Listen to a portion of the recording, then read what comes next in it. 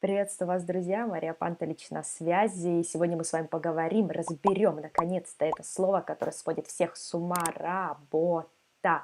Какого рода, какие окончания, в чем дело, почему мы ошибаемся. Сейчас все увидим.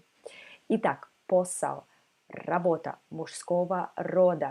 Начальная форма посал. То есть словарь открываем, посал-работа. Но почему я написала, что посла тоже есть? Здесь две причины. Первая. Такая форма существует при изменении слова по падежам, при склонении.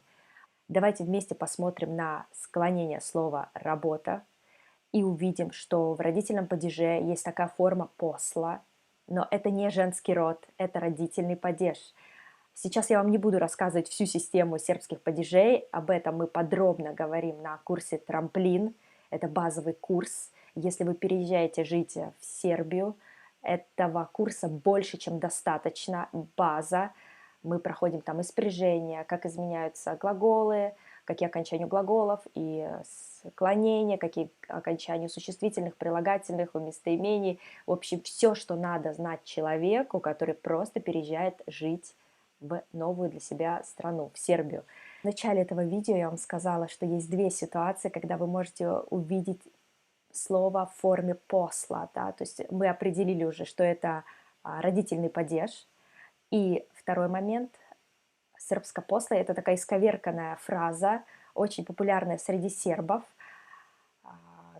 которую используют сербы, чтобы сами себя покритиковать. Нам эту фразу лучше не использовать, потому что мы не сербы, мы русские, и фраза из наших уст может прозвучать оскорбительно, мы этого не хотим.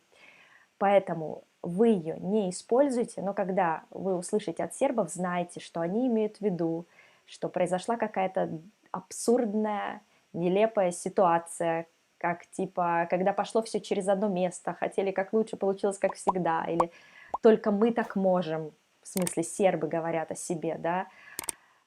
В общем, такие ситуации обозначают вот этой фразой «српска посла».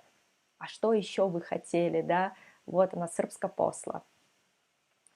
Друзья, оставляйте свои данные в листе ожидания на курс «Трамплин». Там мы изучаем спряжение, склонение, и окончание, и порядок слов, и «се», и «да», «му», «га», куда что ставить, когда использовать, когда краткая, когда полная форма. Всем этом мы разбираемся, у вас будет четкая схема, вы будете говорить как сербы. Записывайтесь, поехали!